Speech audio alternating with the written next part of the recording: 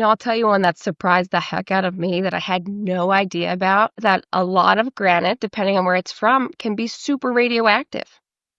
Had no idea. If you don't have an architect, you're just working off a promise without a plan. Bite off more than you can chew because you can always spit it out, but you don't want to go hungry, right? Like you don't want to know what you can't have unless you see it. So I would just build less. I love that. Just the whole like minimalist living too. Like it's so crazy how when we start to just remove the clutter from our lives, like how much better we feel. It's an energetic thing too. It really is. It's less Yes. dust, just less maintenance. All the cleaning, yeah.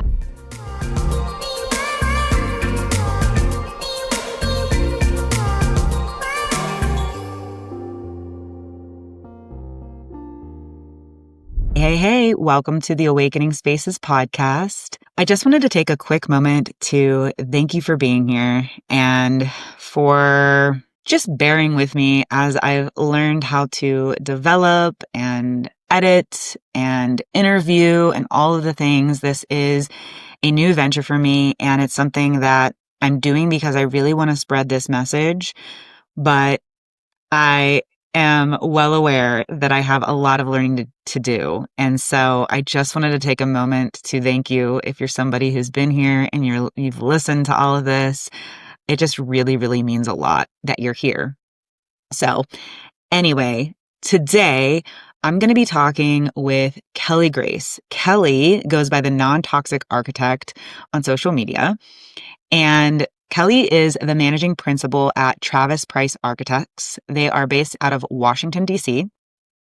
And Kelly is dedicated to designing healthy, high-performance homes. So her company, Travis Price Architects, they have been incorporating natural, healthy materials for a very, very long time. Kelly has gone on a personal mission with her own health that's really led her down a lot of rabbit holes. And she's really one of the first architects that I've seen doing a lot of the things that she's doing in terms of creating spaces that really improve our health rather than just creating safe spaces. They are based in Davidson, Maryland, and Kelly and her husband, Matt, live there with their 3 children, Atlas, Adeline, Rourke. They have 20 chickens and a great pup named Blue. I'm really excited for you guys to hear from Kelly today. So without further ado, let's dive in. Welcome to the podcast, Kelly. Hi, thank you for having me. I'm so excited to chat with you today. You go by the Non-Toxic Architect on Instagram, and you and I actually connected on Instagram. We share so many of the same values, like as it pertains to our homes and the way that we build homes. Like even just before we were, hitting record, we were just talking about how like so many of these things are actually code, but in residential construction, they're just not enforced. And I'm seeing the exact same thing. And so I'm really excited to get into the nitty-gritty with you today on this. Welcome to the podcast, Kelly. Hi, thank you for having me. I'm so excited to chat with you today. So you go by the Non-Toxic Architect on Instagram, and you and I actually connected on Instagram. We share so many of the same values as it pertains to our homes and the way that we build homes. Like even just before we were, hitting record, we were just talking about how like so many of these things are actually code, but in residential construction, they're just not enforced. And I'm seeing the exact same thing. And so I'm really excited to get into the nitty-gritty with you today on this. So I would love for you to introduce yourself and just let us know, how did you become the Non-Toxic Architect? Too funny, yes. Hey, okay, so yes, Kelly Grace. I'm an architect based out of Washington, D.C. I came here for college and never left. In college, I had a professor named Travis Price. And I drank the Kool-Aid early on. He was like the wild modern Einstein, and he was doing design build courses all around the world. So we would build a project in school, and then we'd go build it. And so like early on, I was really in the construction architecture blend. Like it was great to get your hands dirty in school and have these beautiful projects that were really sculptures in the landscape.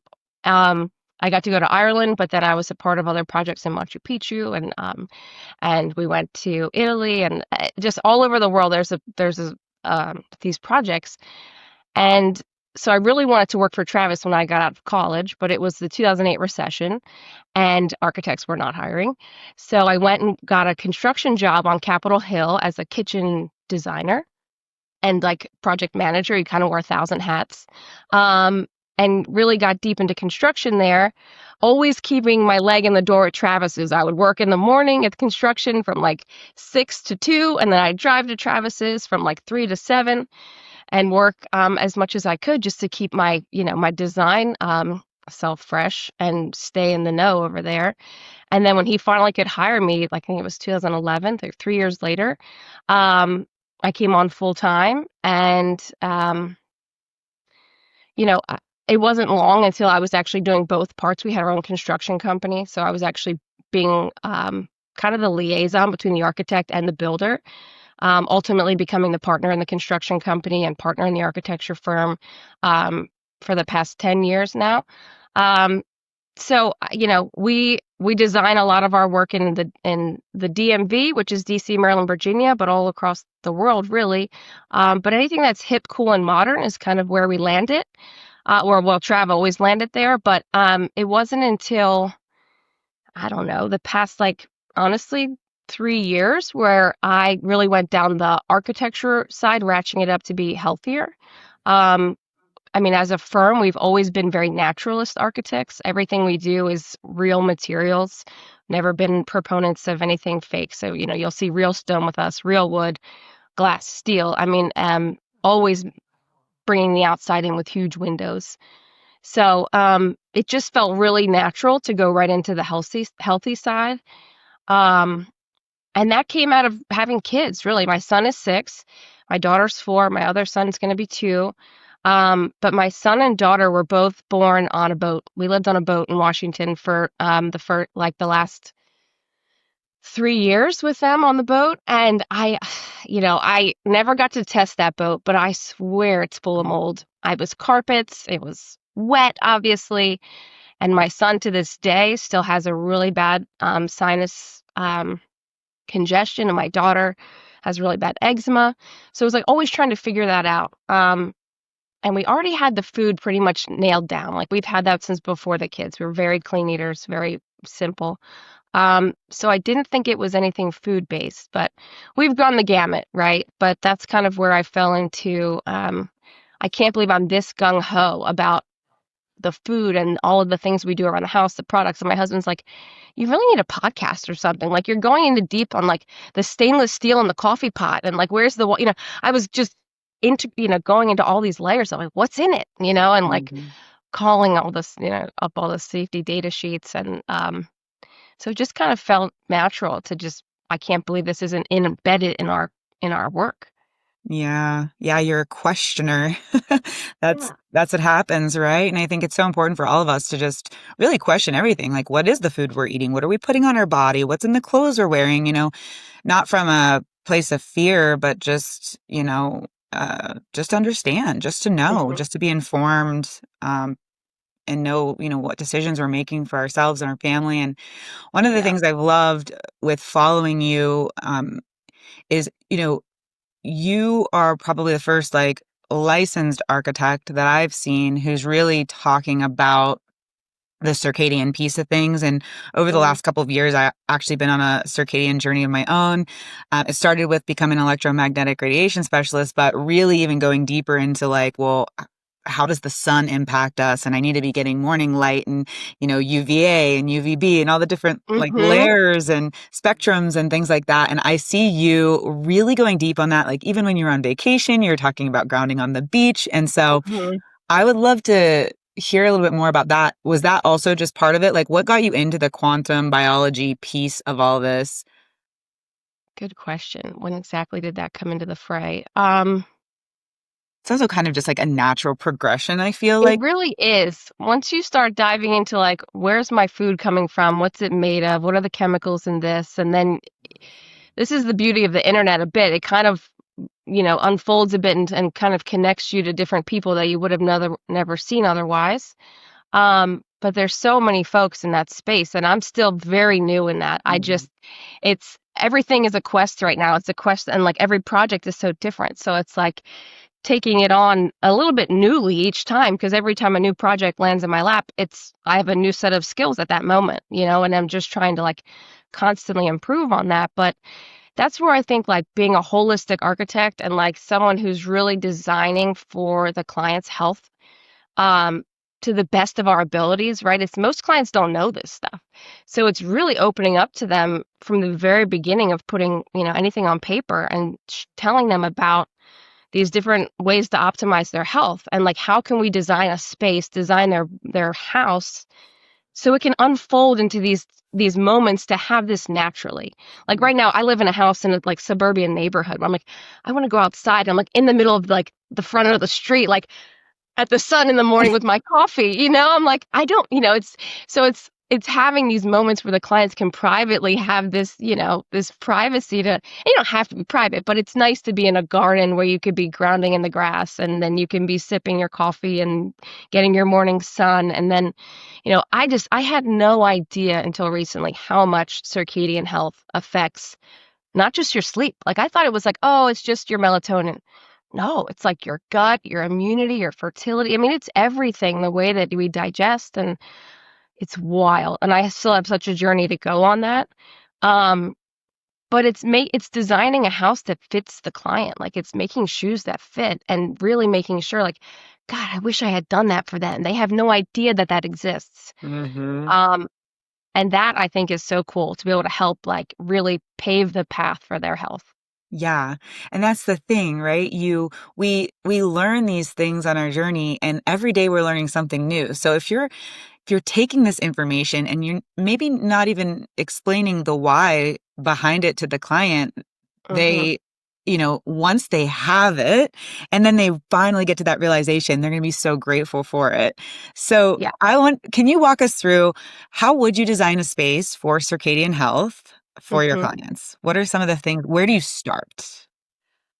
I mean, let's just say it's a new home, right? Blank slate site. So tracking the sun is just an absolute critical thing when you place your building. I mean, just from an energy standpoint, bringing the sun in through your south facing glass, right? And and so that you absorb that winter sunlight to warm your house, and then you shade it so that you have cooling in that south face. So it's like so much about architecture that's like embedded in. And then when you think about bedroom spaces and how tranquil they need to be and how like that is your like 8 hours hopefully of like rest and reprieve, like you're recharging there. So I would be designing it so that the bedroom spaces are far away from the main house, as far as we could get technically, right? That the morning eastern sun is coming through your bedrooms. It's waking you up. There's no blackout curtain, It's um jury's out. This is a new realm for me. A sidebar of like the layers of films on glass. This is a trail I've not gotten deep into, but I'm like, oh man, I know enough to be dangerous here. Where I'm like, this is terrible. Like you don't want to look through glass if you're looking through UV films at the sun. So it's like even though you're facing the eastern sun and it's waking you up, you don't necessarily want to be looking at that sun through your filtered glass. Like you Mm-hmm. have to step out on your balcony and like look through just the air to the sun. So it's creating those moments where that bedroom needs a step out. Like I need a slider in that bedroom. I need to step out to a little deck. I need to I need it to happen easily and without any kind of like making it hard on people, right? Step out, grab the sunlight for a few minutes and then go back inside or even stand inside and open it, but like get those direct moments. So for my circadian health, that's one piece. Um, the other piece is I'm trying to work with the International Residential Code Council on actually changing code in bedrooms. I think it's outrageous that we have to have an outlet every 12 feet in a bedroom because I get it, fires happened way back when, people were stacking too many outlets, but it's like now we know too much. We can't be having all these outlets around the bed. I mean, we can do kill switches at bedrooms, which I do think is smart. Like let's cut the room um, until we have code that is up with the times. Mm-hmm. So, and then of course lighting. I mean, we in our firm, I mean, we just want huge windows, big glass windows, so that you don't turn a light bulb on all day. I don't, unless you need it for certain tasks, I wouldn't have it on. And then at night, I would do low light incandescents or candles. Um, but I hate recessed lights. I mean, I only will put them if I have to in a kitchen. Otherwise, it's an up light. And ideally, like you'll see most of our houses have beautiful wood ceilings. Like we want to glow that wood, that natural texture. And, firelight, I mean, there's just even stuff I'm like where you're looking at the light. Like they want you to look low, like it's in the fire. There's a lot to be said, but I think if you're an aware designer, you're thinking about all of those little moments. Yeah, absolutely. I love that. Yeah. Oh my gosh, the films on the windows, that's a tough one because, like, when you start to learn about building performance and especially, I mean, even just from like condensation control and things like that, you start to wonder, do the pros outweigh the cons? Yes. So I think we kind of are getting ourselves into the situation where we really are starting to trap ourselves in these airtight boxes where we're cutting ourselves off from nature completely, Hmm. like from the sun. And unless Yeah. somebody is aware of how the sun truly impacts every single part of your health, then they Hmm. don't know that. And they might spend all this time inside, never even open a window, never even open a door, not even realize it. Well, I don't know if you follow Brent Hull. He's an amazing contractor, like beautiful craftsman, but like historic homes, like opposite of my design taste right now. But I saw a podcast with him and Matt Reisinger, and he was talking about how he doesn't even use insulated windows. And I was like, rewind, like what? And I, Yeah. I never found back like more information from him, but his whole goal is designing homes that last 300 years. And I'm thinking, that's exactly where I'm aligning 100% with you. Build less, build smarter, build using great natural materials, and think about it in the 300-year time frame. And he was making the point like all of these air seals, these double insulated glass, they break, then condensate fills up. You're constantly changing glazing. You don't do that with old windows. You have one layer of glass. And now we've got triple pane, argon filled, blah, blah, blah, blah, and you're like, all of the possibilities of busting. It's like, you have to really, I mean, when we do modern glass, I mean, it could be a 10 by 10 window and you're Yeah. replacing the whole shebang. So this is where I don't know enough here, but I'm like, I question it deeply and I'm like, oh, well, wait a second. If it doesn't have a film and it's Mhm. single pane, can I look through it to the sun? Will I be okay? You Yeah. know? But then code, you can't do that by code. You have to have film on your glazing Yeah. anywhere in America, pretty much. Yeah. So then it's like this is where the code is so behind in anything healthy. Mhm. And I think about it like food dyes today, right? Like all of a sudden we're finally talking about them, but for 20 years they've been in our system, like or longer. So I'm like, is this going to be a 20-year, 40-year thing that we're never going to get to change? Like, I I hope know. not. I know. I'm curious on that topic, about incandescent lighting because from my understanding, I mean, where are you placing these in homes? Like, have you found a workaround? Because, for recess lighting, um, well, first of all, you got to be careful where you put the incandescent bulb, and you need to make sure the fixture is rated for incandescent. It's not just a one-on-one swap anymore because a lot of these Mhm. manufacturers started, making fixtures for LEDs that don't get as hot. So I'm curious to know, like, how do you balance code and incandescence, and any workarounds you can share with us? I mean, most recessed lights, I shouldn't say most, a lot of recessed lights are compatible for both types of bulbs, right? I literally just changed out all the recessed lights on my first floor because they were the little pancake LEDs. Hmm. And I had my husband put in incandescents back in. Or not even just, I mean, they're just cans, like I think it's With an a E26. 40 bulb. Hmm. Oh, Yeah, so like you could put LEDs if you wanted to in that same fixture, but I use incandescents. And, the rating of the fixture, the IC rated insulation and all that layers, I mean, that's code stuff. You have to do that no matter what. But that's where deep cans are. I mean, I don't know how to say this. It's all in the code of like, if it's in an attic space, you would use the properly insulated can. But you can do all that. I mean, there's nothing in code that says you can't. You have to, depending on how you fill out your energy forms for your permit office, you may have to, it's like a checklist of tallying of numbers. So you might not check the box for LED.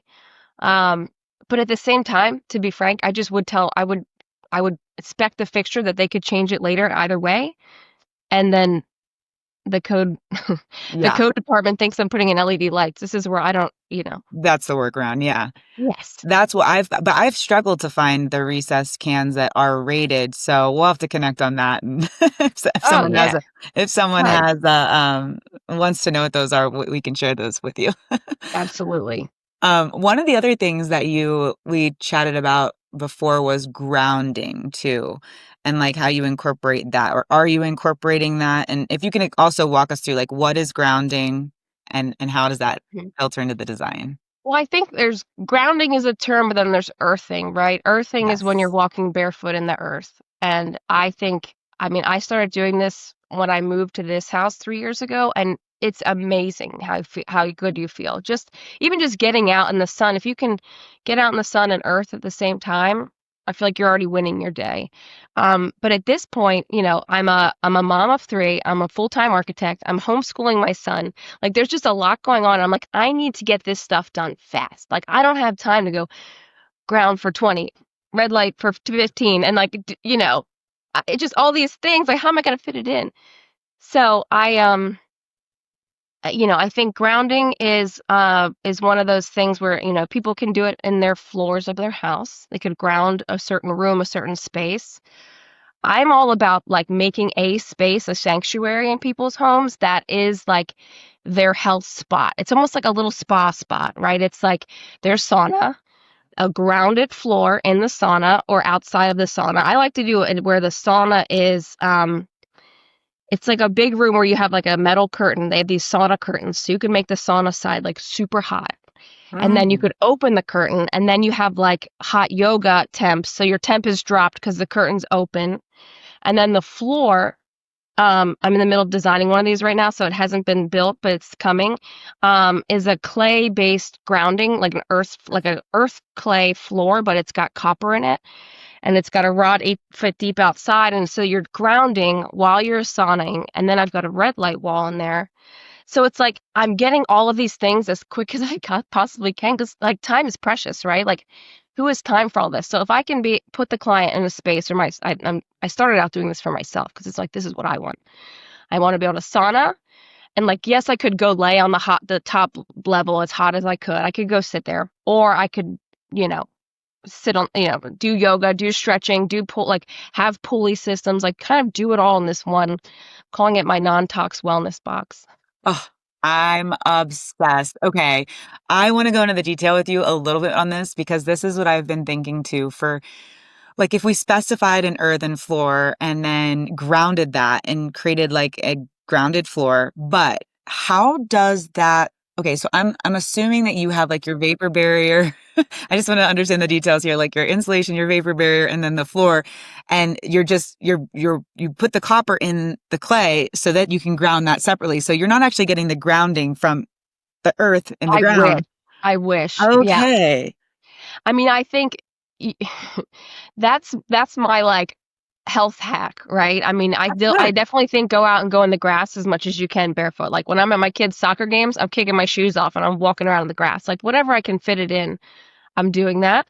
Um, but yeah, you're creating a grounded floor while you're doing all your other jazz. And yeah, So this it's exactly what I want. I want this too. I love this Mhm. idea.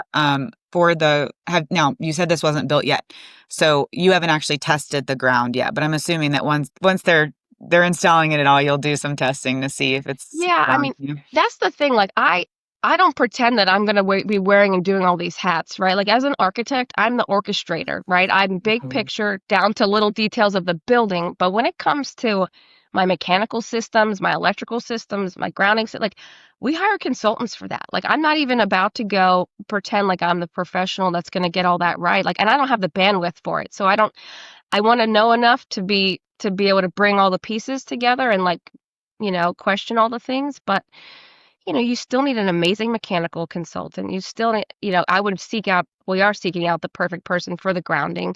Like Yeah. you have to reach out and do these things. I'm not gonna I'm not even going to go there. I have too Yeah. many hats to wear.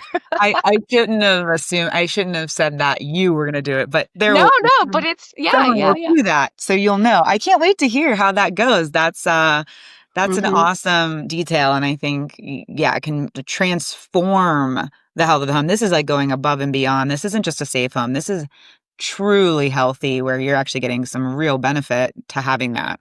I It's would awesome. convince a client all day long to like bag a bedroom for this room. Like, let's talk about, like, let's get deep into how do you live? I mean, when we used to live on a boat, I mean, I wish I still lived on that boat sometimes because it was the most minimalist living ever. All my furniture was Mhm. built in. I couldn't bring much on there. It was whatever I could fit. And I just, that's smart architecture to me, is like going through those details with the clients, stripping them away of all the stuff. And I don't mean like there's mementos and like there's things you want to keep, but like I don't know. Can we do a lot more with less? Yes. And like Yeah. give yourself the freedom and the space to like enjoy life without all this complexity. Yes, I So, love that. but the health box is totally nuanced, right? Because I'm sure you get this, like you're down the trail and you're like, well, shoot, like I want a red light, but then I'm like, how many EMFs am I getting blasted by? And I want a sauna and I want to do it quick. The only way to quick sauna is an electric sauna because I was going to do a fire burning one. And I love that. But it's like, okay, well, you need an hour to burn that baby to get it to the temperature. So I'm in a lot of anomaly worlds right now, but I'm like, you know what? I, I don't know what to say. There's only so many ways. Well, you can copyright the design, create a template, people can pop it in their Exactly. house. So reach Yep. out to Kelly in, I don't know, maybe we'll call it a year, and get the Yeah, feedback on where we landed with all this. 'Cause it's exactly. Hopefully so Q2 next amazing. year. Yeah. This is I love that. Just the whole like minimalist living too. Like it's so crazy how when we start to just remove the clutter from our lives, like how much better we feel. It's an energetic thing too. It really 100%. is. It's less Yes. dust, just less maintenance. All the cleaning. Yeah, Oh, yeah. Just exactly. yeah. Mm, big time. So I want to kind of switch directions. I want to talk a little bit about, obviously, one part of non-toxic would be mold and microbial growth. And you shared about your time on the boat. How do you um, how do you make it easier to monitor, or how do you incorporate ways that make it easier to monitor into the design when it comes to microbial growth or mold? Is there anything special you do there? I mean, I at this point, just talking from ground up, new construction, right? I mean, I'm all about permeability of materials. How quickly can they dry out? Are the air cavities big enough to make them dry out? Um, what's the perm rating of every layer of the wall sandwich from the very facade all the way through? And if that to me isn't like a full permeable like I call it a wall sandwich, but if that's not doing its job, then I've failed in that sense, right? Like the last thing I would want to do is put a wall finish on the inside that has no permeability, which so many wall finishes do. I just did a post this morning about wallpaper. Like so many people are putting these vinyl wallpapers that are, in vogue right now. And I'm like, your wall can't breathe at all now. Like, it's like you have to know what every little part does. And so I think, your house is a living, breathing system. I'm still like questioning some of the airtight. I do believe in airtight design. I think, it's like I question a lot of things. I'm like, the old days it just dried out, but I understand it was not energy efficient. But I kind of loathe having to always have energy to provide, like to make a house work, like systems, power. Like, not to say it has to be off grid, but how can we have our cake and eat it too? Like, how can we design this thing that if the systems weren't running, my house wouldn't turn into a mold bowl. Like, I hate that's like, yeah, well, if you're not breathing with your systems, then yeah. So I'm like, so I question and probe about a lot about that when I'm designing and like talking with the client. And so I mean, I think it's all about redundancies too. I think the cool thing about modern architecture is it lends itself to just so many more options on how to create wall assemblies that aren't just drywall and mud, right? Like I could have exposed wood panels that are exposed fasteners, stainless steel screws that are beautiful, that could be popped off and I could see what's going on. And I'm not going to wreck my wall. Like modernism just does that. There's just so many like materials that I think, my personal opinion is it just gives you a lot more leverage. You're not pulling off a 7-layer base trim. I'm seeing what all these things are and I can account for it. Um, so I don't know. I mean, every house is unique and different in our world, but I'm always thinking about how can I see this? How can I clean it up? Um, I know a lot of people are putting all of their insulation outboard and just having exposed studs on the inside.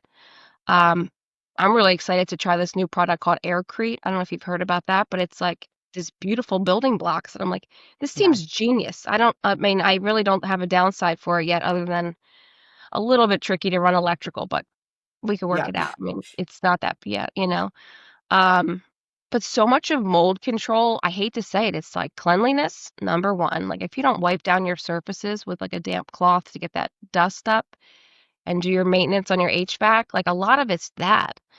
But, people get lazy and they don't, it's like, it could be it's the best thing for you to have someone else on a maintenance contract for your house. It's so hard to keep it on, to do it yourself. It's not so hard, but you know what I mean? Life gets busy and then you've forgotten to replace your filters. And I mean, if you don't have like um, air and water is like checked, like that's the first steps of a healthy home, right? Like those just have to be great. Yeah, no, absolutely. I think that's the hardest part. I always like use the analogy of like we can design this perfectly healthy home, just like if we go to the gym and we get ripped and we like get a six pack and then all of a sudden we just stop going to the gym, like we can't expect our muscle mass to stay. Like it's all going to go away. And that's the same thing with when Exactly. we build a healthy home. We do all these things, we invest all this money, but if we don't maintain it, it's all Hmm. for nothing really, because that's like half the battle. And that's also why I just like encourage people just to build smaller footprints, because unless Yes. you are going to have somebody who's maintaining it, these spaces are just going to go totally like Hmm. non-used, and then they're not going to get the attention that they need. Right. So I can't agree with that more. And Yeah. I love all those things that you were sharing too, just about like using panels that you can pop off and monitor the inside of the wall. Because I think a lot of people who come to me who have mold trauma, they're like, I want to leave all my plumbing exposed. I want to be able to see everything. And I get that. But I also think there's an aspect to that where we start to like give ourselves, if we're leaving everything exposed and it just looks ugly, it's a Hmm. constant reminder of that trauma and that fear. And like that, is not something we need to be looping in our brains if we're trying to Yes. heal. Yes. And like for a bathroom, like I would always I would tile the whole thing, or I'd, put the big wall, they've got tile panels now, or I'd do the Mhm. continuous plaster. Like I would have a fully waterproof bathroom if I'm always concerned about mold. So like I always push that for all clients. And that's why like modernism too kind of lends itself to floating vanities, floating toilets. I mean, things where you can clean under and see, and everything has its pros and cons, right? But that's where access panels come in, and that's where good design comes up and thinks of places that you could have those panels that you can see. It's and I love leak sensors too. I mean, just all the technology a bit where, again, there's the EMF world, but then there's also like I need the house dry world. Um, but you could do those easily on all of those fixtures, and you know, hopefully sleep better at night. Yeah, absolutely. These are all great tips and tricks. Yeah. I want to chat now a little just about materials in general, because you've done a lot of material research, and even before calling, like even before you were the non-toxic architect, right? Your company's more of a naturalist using natural materials. So I'm curious, are there any materials that people might think are healthy, but maybe you found the research shows otherwise? I'll tell you one that surprised the heck out of me that I had no idea about. I was like, it's even on my non-tox page, like granite. I love granite. I love natural stone. I just love how it feels. I love how, I love all the things about it. I love going to the quarry and picking out the slabs. I had no idea that a lot of granite, depending on where it's from, can be super radioactive. Had no idea. And that like blew my mind because like that is right at, belly height. We're all in the kitchen doing our thing, chopping or whatever. And I'm like, oh my gosh, like there's this beautiful woman I talked to, this biologist that she's from England. And she told me this. And then she had like someone that she knew had, ovarian cancer and she attributed so she doesn't know for sure, but it's like these things that once you once you know that, you can't like unknow that. So now when I go granite shopping, which I don't not do granite now, but there's ways that you can test for radioactive materials and where they're mined from. And like lighter colors apparently are less radioactive than darker. So just a lot of things that I just had no idea in that world. Um, I mean, what else?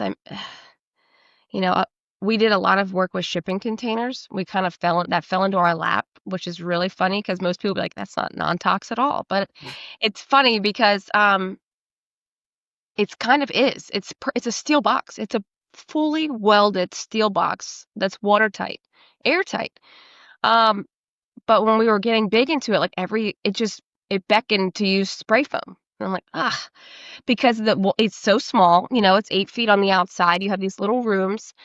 And the only way we could like really make the rooms work was if we had like tiny, tiny walls. So we were using spray foam.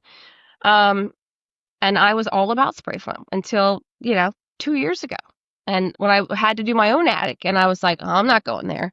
And then I'm like, if I'm not going there for myself, how could I for others? It's like I didn't go deep, deep into it until it was like at my doorstep. And yeah, never would I ever spec spray foam at this point. There's so many other ways that we can, make a home energy efficient and airtight without it. There's just so many failures from spray foam that from a toxic fume standpoint, but also from water damage. And then if you ever want to renovate, you're sitting there chipping away at spray Yeah. foam to get it out. I mean, it's a mess. There's so many things I could go on about spray foam, but yeah, I mean, I don't know if I'm answering the question there. There's a lot with materials. It's loaded, right? But I Yeah. think keeping it simple, keeping it natural, and then really what you finish your materials with. If you're gonna, I love hardwood. But then when you learn about how hardwood is harvested versus engineered wood, then it's a whole nother trail you're going to go down. Like the labor it takes to get to that hardwood versus the engineered and the types of wood where the labor is crazy. And then so um, it's Yeah. all about the finishes at that point too, right? Like really healthy. I like Rubio, like wall, like floor finishes. Yeah. Um, But that's the other thing about modernism is a lot of it for us it's just raw wood. Like we won't stain wood, for example. The wood is what the wood is. If you got maple, you're getting maple. If you want Mm. walnut, you're getting walnut. And it's a clear, easy finish. It could be linseed oil, it could be something very basic, but we're not trying to make it look like something it's not.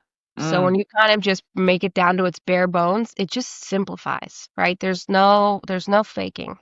I love that. I love Mhm. that because there is this unspoken, energetic field around trying to be something you're not. And that goes with materials too. It's one of the reasons I absolutely hate like LVT that's like trying to Mm, look like wood and all these yeah. materials. And it's like wood look and stone look. And it's like, I understand that we all have a budget, Hmm. but there's just like an energy of fake. And I don't like it. I Yeah, don't but like. even budget aside, like not aside, but like you could do something beautiful with the same budget. It's really just that's where your creativity just has to be really turned on. I mean, Yeah. there's so many things you could do. Um, but yeah, Well, I do think everybody feels better when they're around real things. absolutely. There is like just the negative ions from all of it. But this was actually a perfect segue because I wanted to ask you about like if somebody wants to do this, they want to build a higher performing home. Like I know that this is just ingrained in everything that you guys do. It's like not even Hmm. an option, right? It's baseline. You're getting a higher performing, good quality, Yeah. good material home. But if somebody wanted to do this, what are the ways they can do this if they are on a tight budget? Like if they have an existing home, you mean? Let's talk about if they're wanting to build new. Yeah, I or mean, existing. yeah, I mean, I just if we go with building new, it's the same as building in any other way. It's what's your dollar per square foot, what's your square footage, and like we just if you're dealing with professionals that know what they're talking about with what things cost, they are in charge of making sure that they don't design more square footage than you can allow. You know, if your budget can only build a 1,500 square foot house, you might hire us to design phase one, two, and three, right? We might start with 1,500 square feet and give you your most beautiful core, your kitchen, living, dining, and two bedrooms with a bathroom suite, like whatever it is.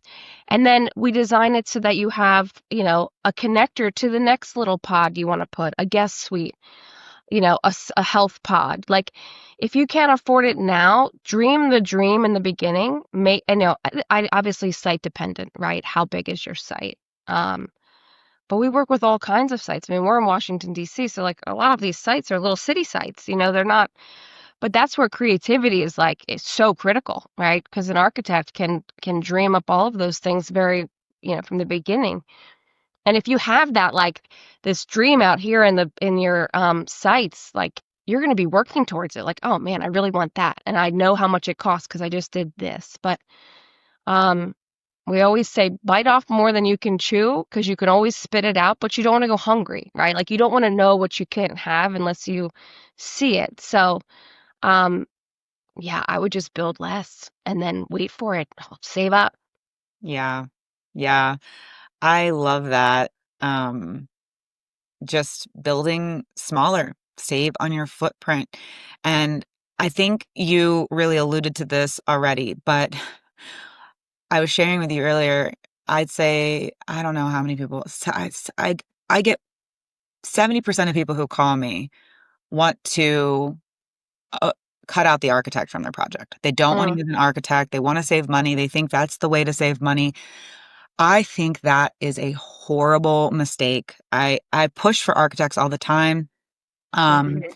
Even if you have a healthy home consultant on your team, like even if I come onto a team, there still needs to be an architect.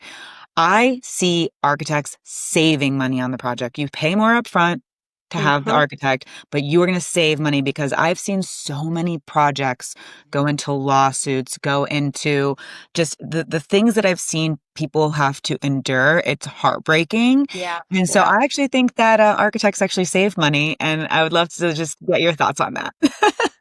I agree. I mean, I think if you ask any good builder out there if they want to build a house without an architect, pretty much every good to excellent builder is going to say no because they want to build off of a set of plans just as much. I mean, they will reject the job if they don't have architectural plans. Um, and